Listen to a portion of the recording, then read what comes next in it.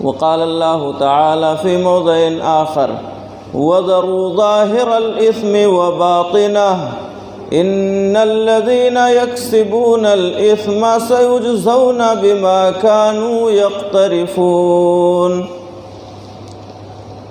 ہر قسم کی تعریف و توصیف، بڑائی و بزرگی اور حمد و ثنا اللہ رب العالمین کے لیے لائق و سزاوار ہے، جس نے ہم سب کو پیدا کیا، اپنی بے شمار نعمتوں سے ہمیں نوازا، ہماری رشد و ہدایت کے لیے اپنے بہت سے نیک بندوں کو نبی و رسول بنا کر دنیا میں مبعوث فرمایا۔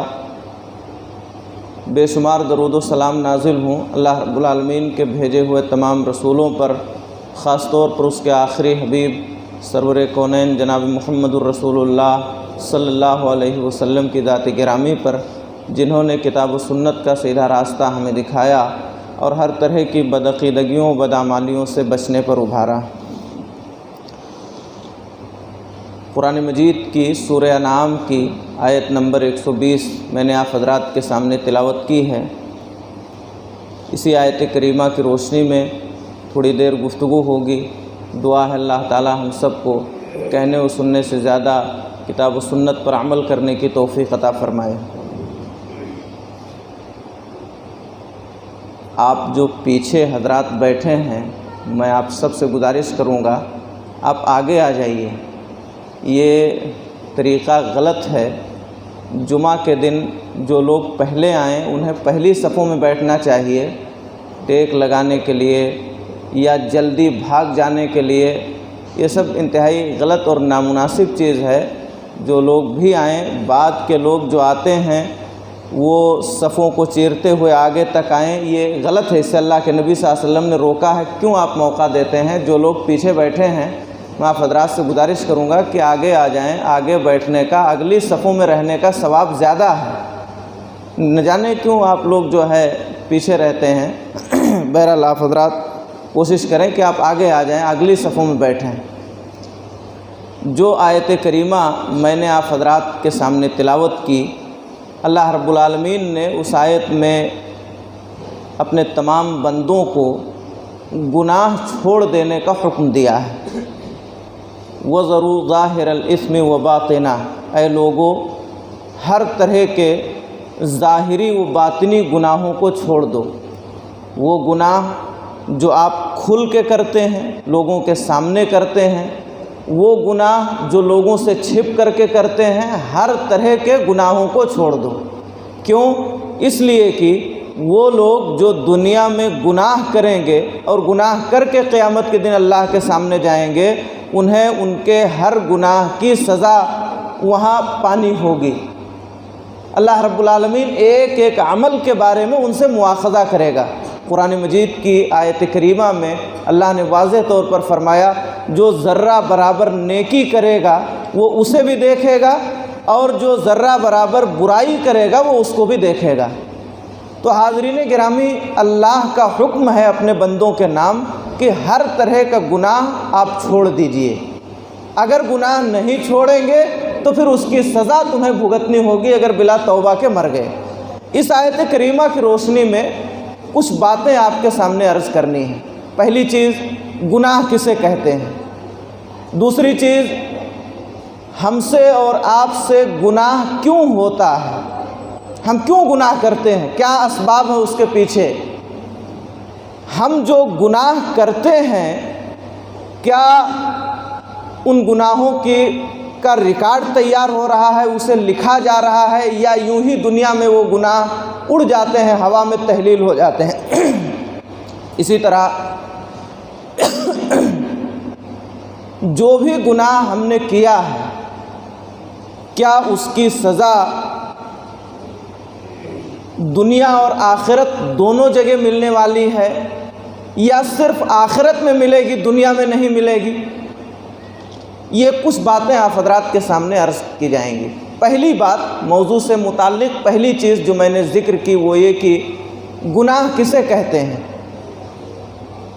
ہم میں سے ہر شخص جانتا ہے کوئی بھی کام جو اللہ کی نافرمانی پر مشتمل ہو، کوئی بھی چیز جس کا اللہ نے حکم نہ دیا ہو اس کو کرنا، وہ چیز جس سے اللہ نے روک دیا ہو اس سے نہ رکنا یہ گناہ ہے۔ صحیح مسلم کی ایک روایت ہے، حضرت نواس ابن سمعان رضی اللہ عنہ روایت کے راوی ہیں، کہتے ہیں کہ میں نے اللہ کے نبی صلی اللہ علیہ وسلم سے پوچھا، اللہ کے رسول بتائیے مل اسم، گناہ کسے کہتے ہیں؟ صحابی رسول کا سیدھا سوال نبی کریم صلی اللہ علیہ وسلم سے یہی تھا، اللہ کے پاک رسول گناہ کسے کہتے ہیں؟ نبی کریم صلی اللہ علیہ وسلم نے فرمایا الاسم ما حاک فی صدرک وکرہت ان یطلع علیہ الناس۔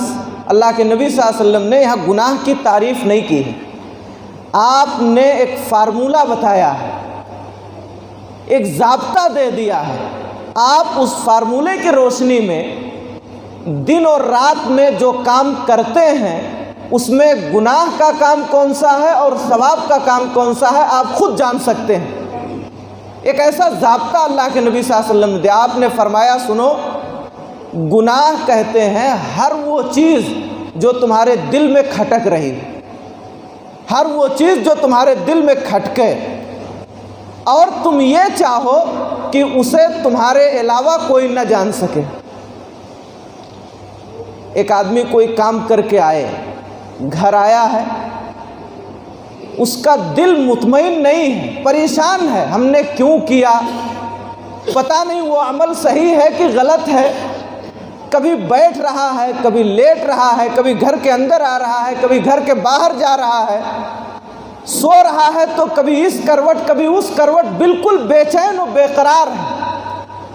اس عمل کے کرنے کے بعد ایک آدمی کو بے چینی اور بے قراری لاحق ہو گئی ہے، کسی بھی پل اسے سکون اور اطمینان نہیں ہے، اور وہ یہ بھی چاہتا ہے کہ جو کام کر کے میں آیا ہوں میرے والد نہ جان سکے، میری والدہ نہ جان سکے، میرے گھر کا کوئی فرد نہ جان سکے، میری بیوی نہ جان سکے، میرے بچے نہ جان سکے۔ یاد رہے کسی بھی عمل کے کرنے کے بعد اگر اس طرح کی کیفیت پیدا ہو جائے تو آپ جان لیجئے کہ آپ سے گناہ ہو گیا ہے۔ کوئی بھی کام کر کے آئے ہیں، اطمینان نہیں ہے، وہ چیز دل میں کھٹک رہی ہے، بار بار وہی چیز ذہن میں آ رہی ہے، اور آپ چاہ رہے ہیں کہ آپ کا وہ کام کوئی نہ جان سکے، آپ کو معلوم ہو جانا چاہیے کہ آپ سے گناہ ہو گیا ہے، اللہ کے دربار میں آ کے معافی مانگنی چاہیے۔ اللہ کے نبی صلی اللہ علیہ وسلم نے ایک فارمولہ بتا دیا، آپ اس کی روشنی میں کون سا عمل اچھا ہے اور کون سا برا ہے آپ خود جان سکتے ہیں۔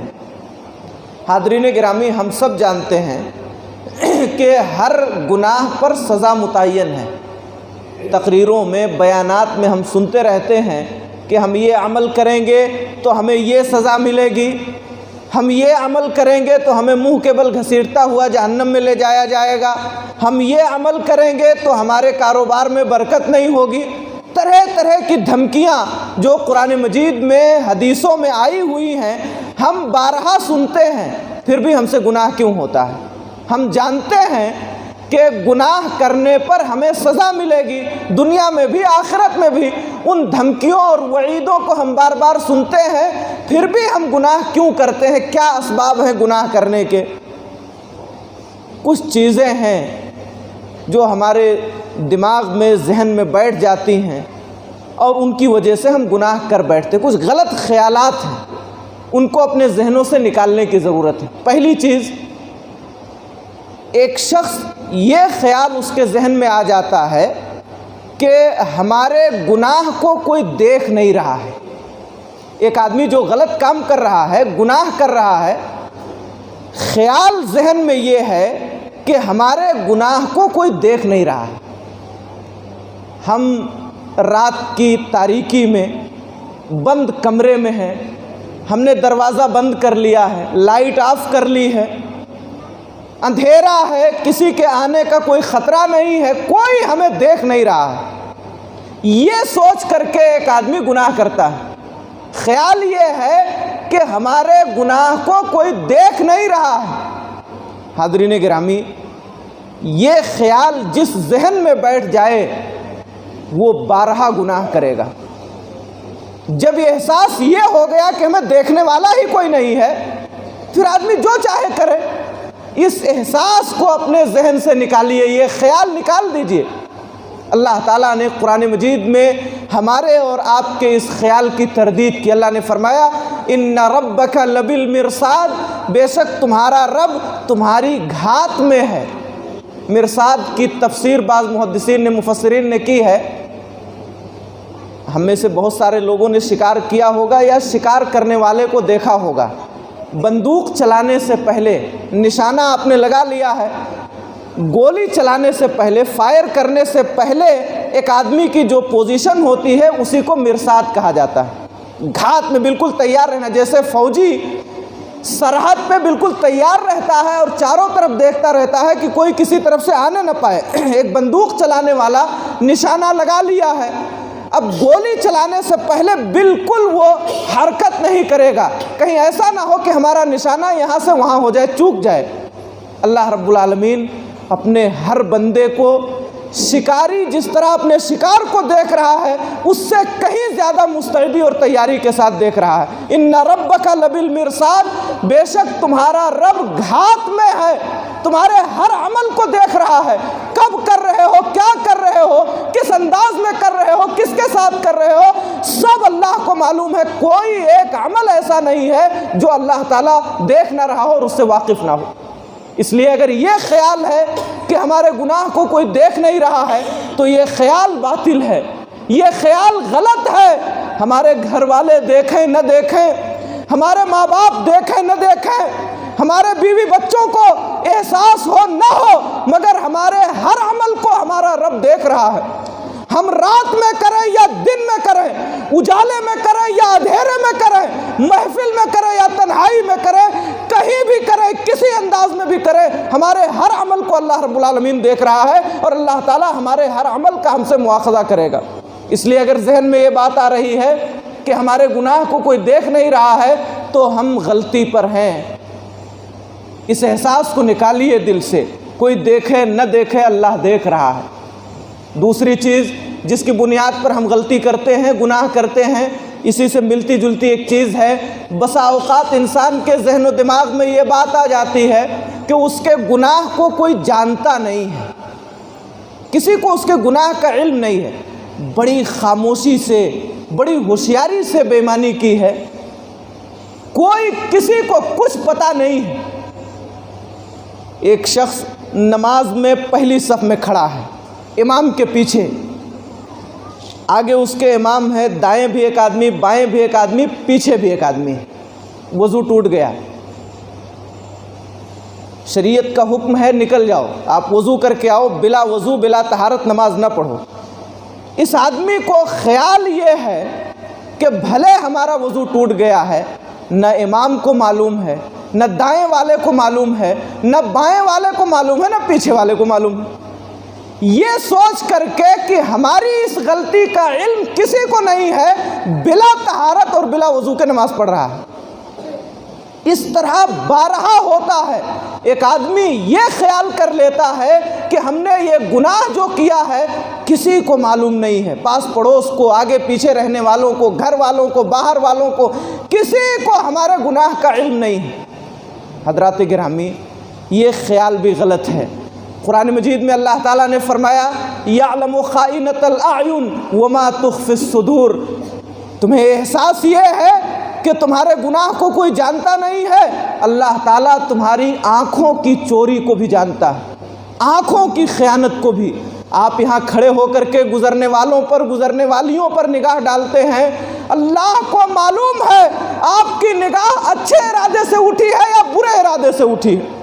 ہماری آنکھوں کی چوری کو، آنکھوں کی خیانت کو بھی پروردگار عالم جان رہا ہے، اور وما تخفی الصدور، اور ہمارے دلوں میں جو کچھ ہے اس کو بھی اللہ جانتا ہے۔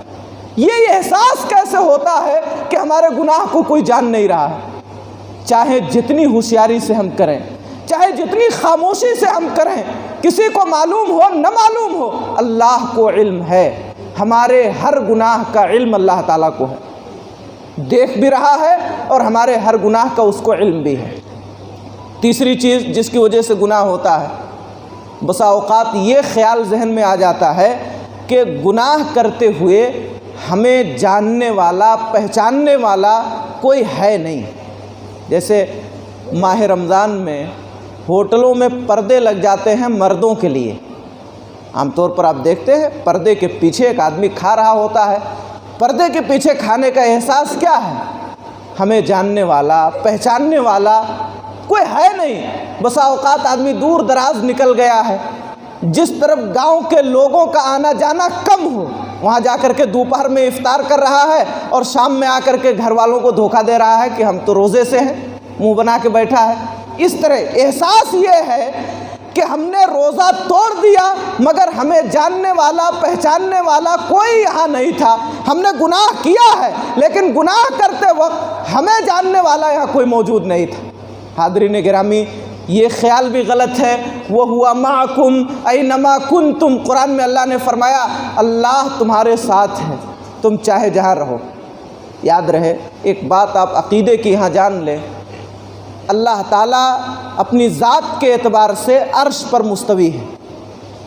البتہ اللہ تعالیٰ اپنے علم اپنی قدرت اور طاقت کے ساتھ اپنے ہر بندے کے ساتھ. اللہ کی ذات ہر جگہ موجود نہیں ہے، اللہ عرش پر مستوی ہے. اس لیے اگر ہم یہ مان لیں کہ اللہ ہر جگہ موجود ہے تو دنیا کے کسی بھی کام کو ہم شرک نہیں کہہ سکتے. ایک پتھر کی عبادت کرنے والا بولے گا کہ ہم پتھر کی نہیں، اس میں جو اللہ موجود ہے اس کی عبادت کر رہے ہیں. ایک درخت پوجنے والا بولے گا کہ اس درخت کی نہیں، اس میں جو اللہ موجود ہے اس کی ہم عبادت کر رہے ہیں. اس لیے یہ عقیدہ ذہن میں رہے، اللہ عرش پر مستوی ہے. اپنے علم کے اعتبار سے اپنی قدرت و طاقت کے اعتبار سے اللہ اپنے ہر بندے کے ساتھ. اور آج کی اس ترقی یافتہ دنیا میں اس بات کا سمجھنا کوئی مشکل نہیں ہے. بڑے بڑے شاپنگ مالز میں جائیے، کئی منزلہ عمارت ہے، ایک آدمی کاؤنٹر پر CCTV کیمرے لگائے ہوئے بیٹھا ہے. نیچے کے فلور پر دوسری تیسری چوتھی پانچویں منزل پر کون آدمی کیا اٹھا رہا ہے کیا رکھ رہا ہے وہ سب یہاں بیٹھ کر کے دیکھ رہا ہے. کس نے ذہن دیا؟ کیا اللہ تعالیٰ عرش پر بیٹھ کر کے ہمارے ہر عمل کو نہیں دیکھ سکتا ہے؟ ضرور دیکھ سکتا ہے. دنیا کی ترقی بتا رہی ہے کہ ایک آدمی ایک جگہ بیٹھ کر کے کئی منزلہ عمارت میں کیا ہو رہا ہے دیکھ سکتا ہے. اللہ تعالیٰ عرش پر بیٹھ کر کے اپنے تمام بندوں کو دیکھ رہا ہے، کون کب کیا کر رہا ہے، کس طرح کر رہا ہے. تو یاد رہے وَهُوَ مَعَكُمْ أَيْنَمَا كُنْتُمْ، اللہ تمہارے ساتھ ہے، تم چاہے جہاں رہو. ایک اور چیز جو گناہ کا سبب بنتی ہے وہ یہ کہ بسا اوقات جوانی کا نشہ، مال و دولت کا غرور، عہد و منصب کی اکڑ آدمی کو گناہ پر آمادہ کر دیتی ہے.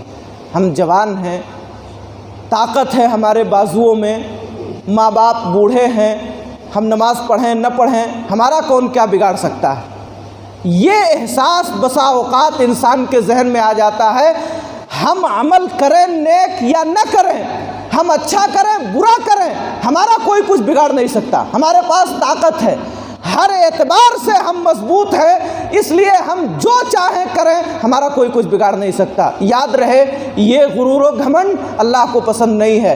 دنیا والے آپ کا بگاڑ سکیں نہ بگاڑ سکیں مگر آسمان والا عرش والا آپ کا بگاڑنے پر قادر ہے. اس دنیا میں بہت سے لوگ آئے اکڑنے والے. ایک آدمی آیا جس کے خزانے کی انتہا نہیں تھی، جب اس نے اکڑ دکھائی اللہ نے اسے اس کے خزانوں سمیت زمین میں دھسا دیا.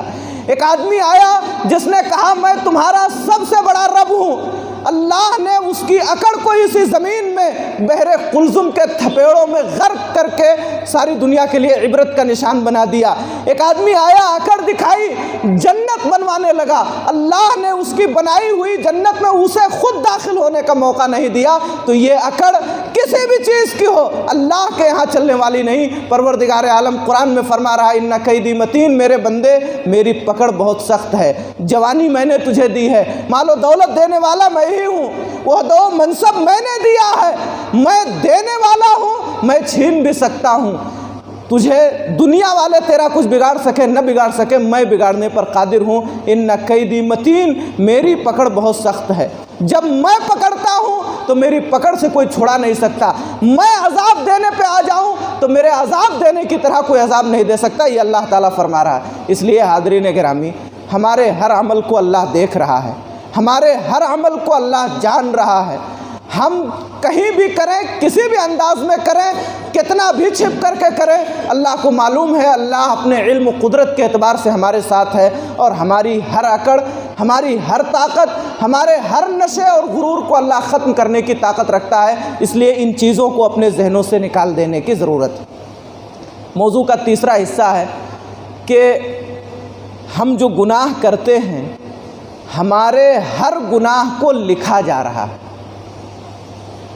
ہر گناہ، ہر عمل ہمارا لکھا جا رہا ہے، اور اللہ تعالیٰ نے ہمارے گناہوں کا ریکارڈ تیار کرنے کے لیے 4 چیزوں کو ہمارے پیچھے لگا دیا ہے۔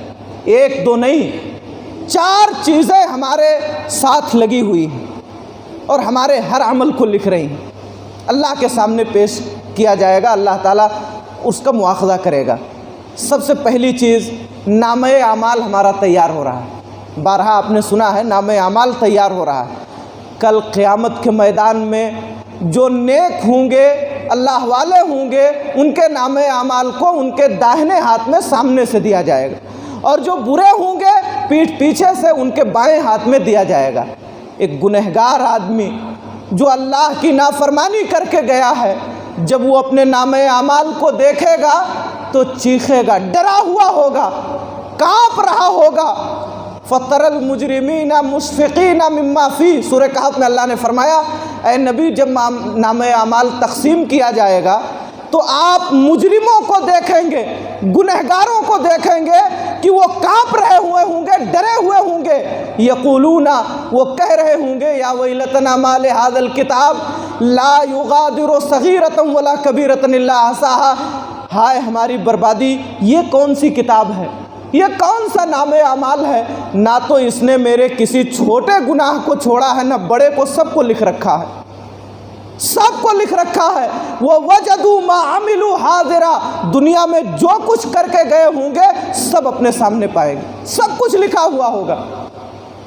تو ہمارا نامہ اعمال تیار ہو رہا ہے، ایک ایک چیز ہماری لکھی جا رہی ہے۔ دوسرا، ہمارے کندھوں پر 2 فرشتے بیٹھے ہیں، ایک ہماری نیکیوں کو لکھ رہا ہے، ایک ہمارے گناہوں کو لکھ رہا ہے۔ یہ اللہ کے سامنے پیش ہوں گے۔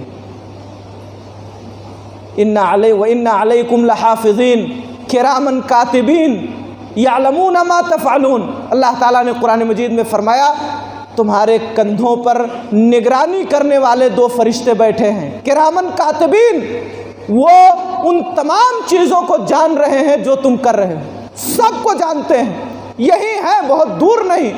ہمارے کندھوں پر اللہ تعالیٰ نے ہماری نگرانی کے لیے 2 پہرے دار فرشتوں کی شکل میں بٹھا دیے ہیں۔ ہم جو کچھ کر رہے ہیں، جب کر رہے ہیں، جس حال میں کر رہے ہیں، سب وہ دیکھ رہے ہیں، لکھ رہے ہیں، اللہ کے سامنے پیش کریں گے۔ ہمارے پاس جھٹلانے کی کوئی گنجائش نہیں ہوگی، ہم یہ نہیں کہہ سکتے کہ اللہ ہم نے یہ نہیں کیا۔ پیش ہوں، نامہ اعمال پیش ہوگا، فرشتے بتائیں گے۔ اس سے بڑھ کر کے ایک اور چیز جو ہمارے گناہوں کا ریکارڈ تیار کر رہی ہے، ہمارے جسم کے اعضاء، یہ جسم کے پارٹس، یہ ہاتھ، یہ پیر، یہ آنکھیں، یہ کان، یہ سب ہمارے گناہوں کو، انہی سے ہم گناہ کرتے ہیں۔ کل اللہ کے سامنے یہ ہمارے خلاف گواہی دیں گے۔ یہ ہاتھ بولے گا اللہ اسی سے ایک مظلوم کو، بے گناہ کو مارا تھا۔ یہ پیر بولیں گے اللہ انہی سے چل کر کے گناہ کرنے گیا تھا۔ یہ آنکھیں بولیں گی اللہ ان سے غلط سلط چیزیں دیکھا تھا، غیروں کی بہو بیٹیوں پر اس نے انہی سے نگاہیں اٹھائی تھی۔ سارے جسم کے اعضاء بولیں گے۔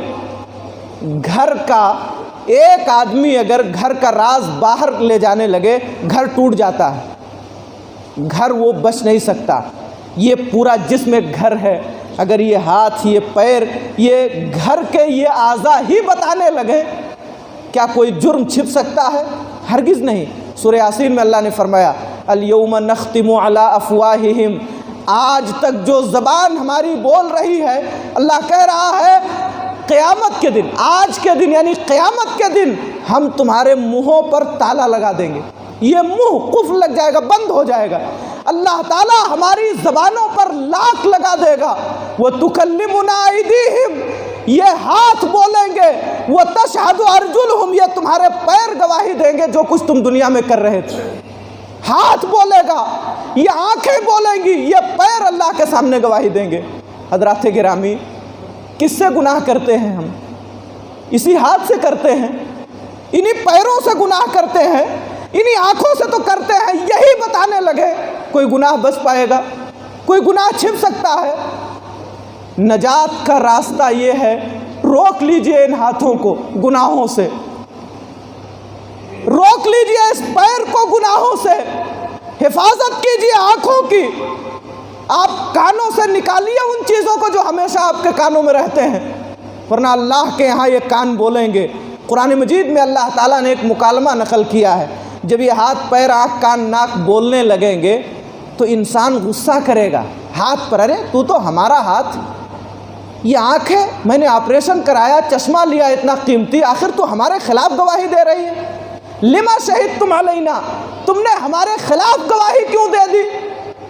پھر یہ بولیں گے قالوا انطقنا اللہ الذی انطق کل شیء، یہ ہاتھ بولے گا، پیر بولیں گے، ہم نہیں بول رہے ہیں، آج ہم سے اللہ بلوا رہا ہے، ہم کہاں بول رہے ہیں، اللہ بلوا رہا۔ تو حاضرین گرامی، ہمارے ہر عمل کو لکھا جا رہا ہے، ہمارے ہر گناہ کا ریکارڈ تیار ہو رہا ہے، نامہ اعمال تیار ہو رہا ہے، فرشتے لکھ رہے ہیں، یہ اعضائے جسمانی گواہی دینے کے لیے تیار ہیں۔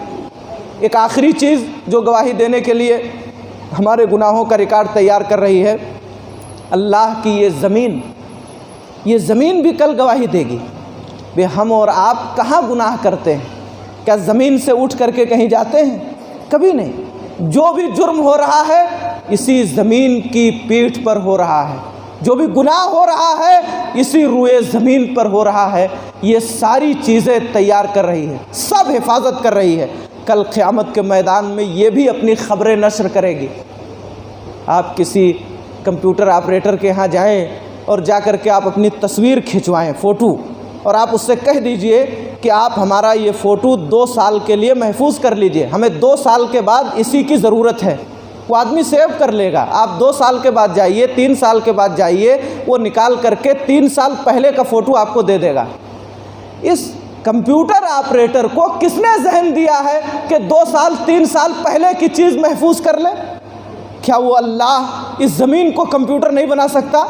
حاضرین گرامی، سب کچھ اس میں محفوظ ہو رہا ہے۔ بچپن، جوانی، بڑھاپا، عمر کے جس مرحلے میں جب بھی جہاں بھی ہم نے کیا ہے یہ زمین محفوظ کیے ہوئے ہے۔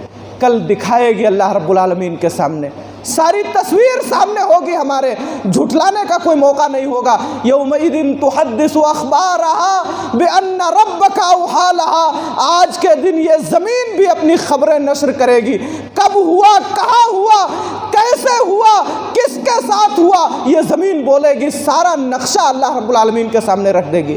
حاضرین گرامی، کوئی گناہ ہمارا چھپنے والا نہیں ہے، سب اللہ کے سامنے آیا ہوگا، ظاہر ہوگا۔ اس لیے ضرورت اس بات کی ہے کہ گناہوں سے توبہ کی جائے۔ یہ رمضان کا آخری عشرہ چل رہا ہے، آپ روئیے، اللہ کے سامنے آنسو بہائیے، اللہ کے سامنے آنسو بہائیے۔ ان آنسوؤں کی پروردگار عالم کے ہاں بڑی قدر ہے۔ آپ کے ہر گناہ بخشنے کے لیے اللہ تعالیٰ سمائے دنیا پہ آ جاتا ہے، آپ کو پکارتا ہے، آپ سے کہتا ہے کوئی جو آئے معافی مانگے میں اسے معاف کر دوں، ہے کوئی جو اپنے گناہوں کو یاد کر کے روئے میں اسے بخش دوں۔ ذمہ داری ہماری ہے، قربان کریں اپنی راتوں کی نیند کو، چھوڑیں اپنا گھر، اللہ کے گھر آئیں، سجدہ کریں، آنکھ سے آنسو بہائیں۔ 2 قطرے اللہ کو بہت محبوب ہیں، 2 قطرے اللہ کو بہت محبوب ہے۔ ایک تو اللہ کے راستے میں کوئی گیا ہے، دین کی حفاظت کے لیے، سربلندی کے لیے لڑ رہا ہے، خون کا قطرہ مار دیا گیا، زخم پہنچا ہے، جسم سے خون کا قطرہ نکل رہا، اللہ کو بہت محبوب ہے۔ اور ایک آدمی تنہائی میں آ کر کے ڈر گیا اپنے گناہوں کو یاد کر کے اللہ سے، اور آنکھ سے آنسو بہا دیا، یہ آنکھ سے نکلنے والا آنسو کا قطرہ اللہ کو بہت محبوب ہے، بہت محبوب ہے۔ اقبال نے کہا تھا، موتی سمجھ کے شان کریمی نے چن لیے قطرے جو تھے میرے عرق انفعال کے، جب میں اپنے گناہوں پر نادم ہوا، شرمندہ ہوا، اور اس شرمندگی کا احساس اس قدر ہوا کہ میں رونے لگا، میری آنکھوں سے آنسو جاری ہو گئے، تو ان آنسوؤں کے قطرے کو اللہ تعالیٰ نے اپنے پاس محفوظ کر لیا، موتی سمجھ کر کے اللہ نے میرے آنسوؤں کے قطرے کو محفوظ کر لیا۔ رونے کی ضرورت ہے، اللہ کے سامنے گڑ گڑانے کی ضرورت ہے، ہاتھ اٹھانے کی ضرورت ہے۔ یاد رہے یہ رونا، یہ گڑ گڑانا، یہ آنسو بہانا اللہ کے نزدیک بہت محبوب ہے۔ وَرَجُلٌ ذَكَرَ اللَّهَ خَالِيًا فَفَاضَتْ عَيْنَاهُ، ایک آدمی جو رات کی تاریکی میں تنہائی میں تھا، یاد کیا اللہ کو، اپنے گناہوں پر نادم ہوا، ڈر گیا، اس کی آنکھوں سے آنسو کے قطرے نکلے، اللہ تعالیٰ کل عرش کے سائے میں اسے جگہ دے گا۔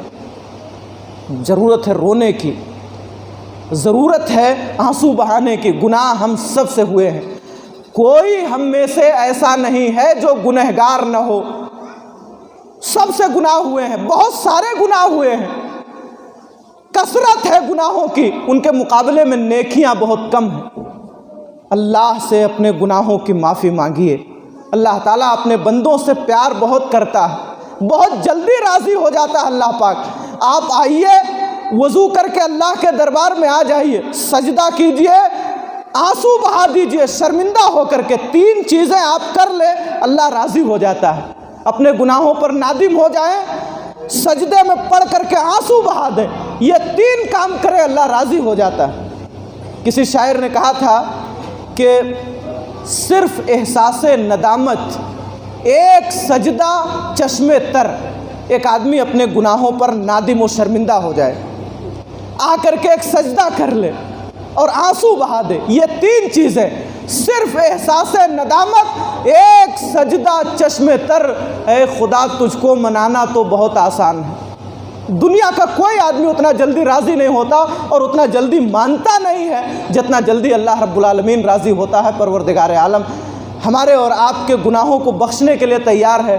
ضرورت اس بات کی ہے کہ ہم اللہ تعالیٰ کے حضور آ کر کے روئیں، اللہ سے معافی مانگیں، اپنے گناہوں کو یاد کر کے توبہ کریں، اللہ سے اپنے گناہوں کی مغفرت اور بخشش کے لیے دعا کریں۔ اللہ تعالیٰ بخشنے والا ہے۔